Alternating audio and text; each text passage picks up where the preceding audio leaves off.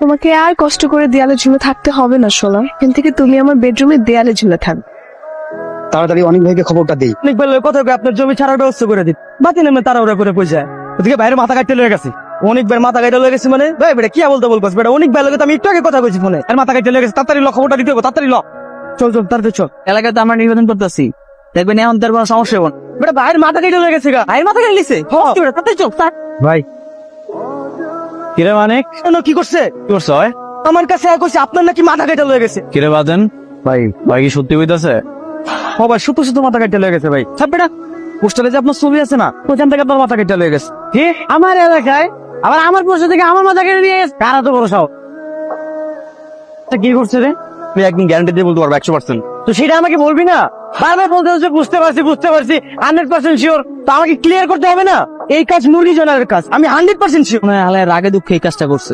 ওই চুপ কর, বেশি কথা কবি না। তুই ভাইয়ের মাথা কাটছিস কেন আগে এটা কর। মাথা কাটছি মানে বলা মানে কি মাথা মুথা খারাপ হয়ে গেছে, স্ক্রু ঢিলা হয়ে গেছে সবগুলো রে। এখন কিছুই জানোস না? তুই পোস্টার থেকে আমার মাথা কাটছ নাই? মাথা কাটছি মানে আমার কি খাওয়া দাওয়া কাম নাই? আমি কি ঘরে খেয়ে পরে মিশতে আমু? হ্যাঁ কত বড় বড় কথা কয়। ঠিক আছে, মনটা খারাপ এটাও ঠিক আছে। খাওয়া দাওয়া কাম নাই যে তোর পোস্টার ছিঁড়ে ছিঁড়ে বাড়ামু, তোর পোস্টারে মাথা কাটা নিয়ে বাড়ামু? হ্যাঁ আমি মারুফ ভাইয়ের কাছে বিচার দেবো। ঠিক আছে, পরে কিন্তু জানাতেও খাওয়া দেবো, বুঝছ নাই?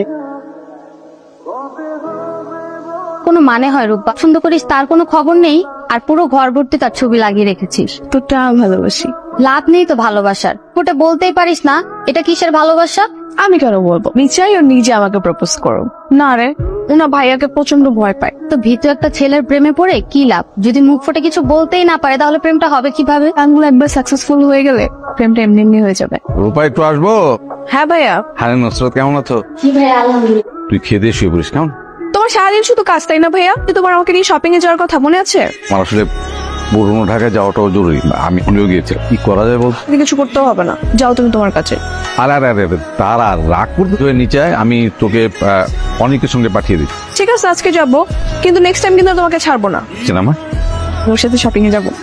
আচ্ছা ঠিক আছে ভাই আসসালামু আলাইকুম ভাই। অনেক ভাই আমিও আপনার সাথে যাই। তোর ওদের সঙ্গেই থাক। ঠিক আছে ভাই বলেন।